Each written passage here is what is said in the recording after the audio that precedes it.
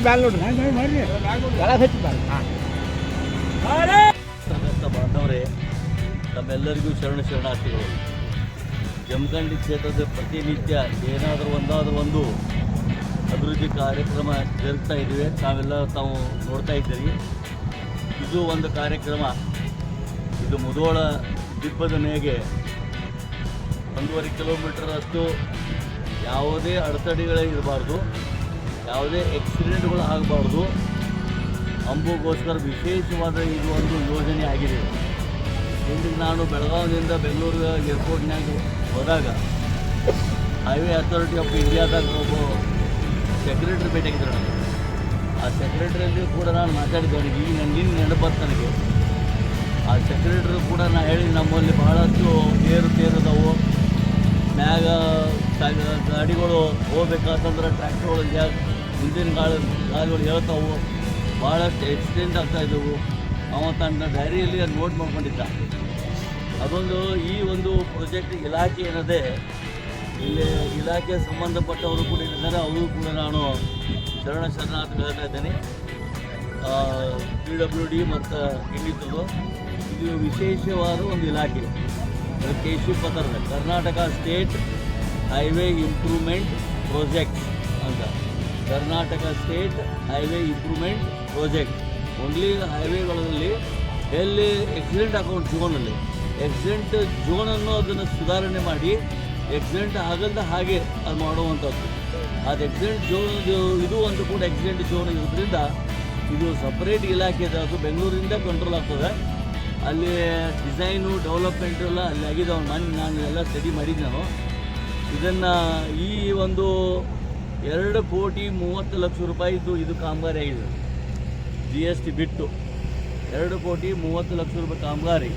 ಇದನ್ನು ವೈಡ್ನಿಂಗ್ ಮಾಡ್ಕೋತಾರೆ, ಫುಟ್ಪಾತ್ ಹಾಕ್ತಾರೆ, ಲೈಟಿಂಗ್ ಏನು ಇಫೆಕ್ಟ್ ಬೇಕು ಎಲ್ಲೆಲ್ಲಿ ಹೆಂಗೆ ಬೇಕು ಅದನ್ನು ಶೈನಿಂಗ್ ಬೋರ್ಡ್ಗೆ ಹಾಕ್ತಾರೆ ಮತ್ತು ರೀಕಾರ್ಪೆಟಿಂಗ್ ಮಾಡ್ತಾರೆ, ಡಾಂಬರೀಕರಣ ಇದನ್ನು ಮಾಡ್ತಾರೆ. ಸದ್ಯ ಇಲ್ಲಿ ಉಷಾ ಕಿರಣ್ ಕನ್ಸ್ಟ್ರಕ್ಷನ್ ಅಂತ ಹೇಳಿ ಉಷಾ ಕಿರಣ್ ಕನ್ಸ್ಟ್ರಕ್ಷನ್ ಹೈದರಾಬಾದ್ ಈ ಕೆಲಸ ತೊಗೊಂಡರು. ಒಂದು ಟೋಟಲಿ ಒಂದು ಬಂಚ್ ಇರ್ತದೆ. ಅಂದರೆ ಇಡೀ ಕರ್ನಾಟಕದಲ್ಲಿ ಕೆಲವೊಂದು ಡಿಸ್ಟ್ರಿಕ್ಟ್ ಆಯ್ಕೆ ಮಾಡ್ತಾರೆ. ಆ ಡಿಸ್ಟ್ರಿಕ್ಟಲ್ಲಿರುವಂಥದ್ದು ಅದೇನೋ ನನಗೆ ಕೂಡಿ ಬಂತದ್ದು ಮಾತಾಡಿದ್ದೆ. ಅದು ಕೂಡ ಡೈರಿ ಒಳಗೆ ಹೋಗಿದ್ದ ಕಾರಣ ಇದು ಅಲ್ಲಿ ಸೇರ್ಪಡೆ ಆಯಿತು ಅಂತ ನಿನ್ನೆ ನನಗೆ ಮಾತಾಡಿದ್ರೊಳಗೆ ಪೂರ್ತಿ ಅದನ್ನು ಗೊತ್ತಾಯಿತು. ಮನೆಯವರೆಲ್ಲ ಕೂಡಿ ಭೇಟಿಯಾಗಿದ್ದರು.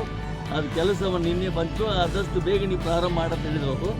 ಅದಕ್ಕೆ ಈ ಕೆಲಸವನ್ನು ಶೀಘ್ರದಲ್ಲಿ ಇವರು ಚೆನ್ನಾಗಿ ಅತಿ ಕಾಳಜಿ ವಹಿಸಿ ಮಾಡ್ಕೋಬೇಕು.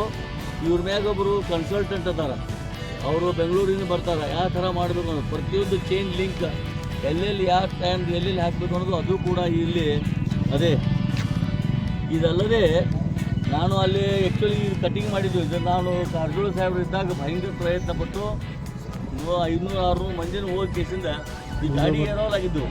ದೊಡ್ಡ ದೊಡ್ಡ ಟ್ರಕ್ಗಳು 30-40 ಟನ್ ಹಿಡ್ಕೊಂಡ್ಬಂದು ಗಾಡಿ ಏರೋಲಾಗಿದ್ದು. ಕಡೆಗೆ ಅಂದರೆ ಇಳಿಜಾರದಲ್ಲಿ ಹಾಗೆ ಇರಲಿ, ಅದರ ಏರಿಕೆ ಮಾತ್ರದ ಅಷ್ಟೇ ಕಟಿಂಗ್ ಮಾಡ್ಕೋಬೇಕಂದ್ರೆ ಅದು 7-8 ಕೋಟಿ ರೂಪಾಯಿ ಖರ್ಚು ಬರ್ತದೆ. ಅದೇನು ಗೊತ್ತಿಲ್ಲ, ಅದು ಆಗಲೇಬೇಕು. ಇಲ್ಲಿಗೆ ತೊಂದರೆ ನೋಡಿ ರೇಟ್ ಬಂದು ನೋಡೋದು. ಅವರು ಕೂಡ ಕಾರಜೋಳವರು ನಿಜವಾಗಿಯೂ ನಮಗೆ ಭಾಳ ಹೆಲ್ಪ್ ಮಾಡಿದ್ರು.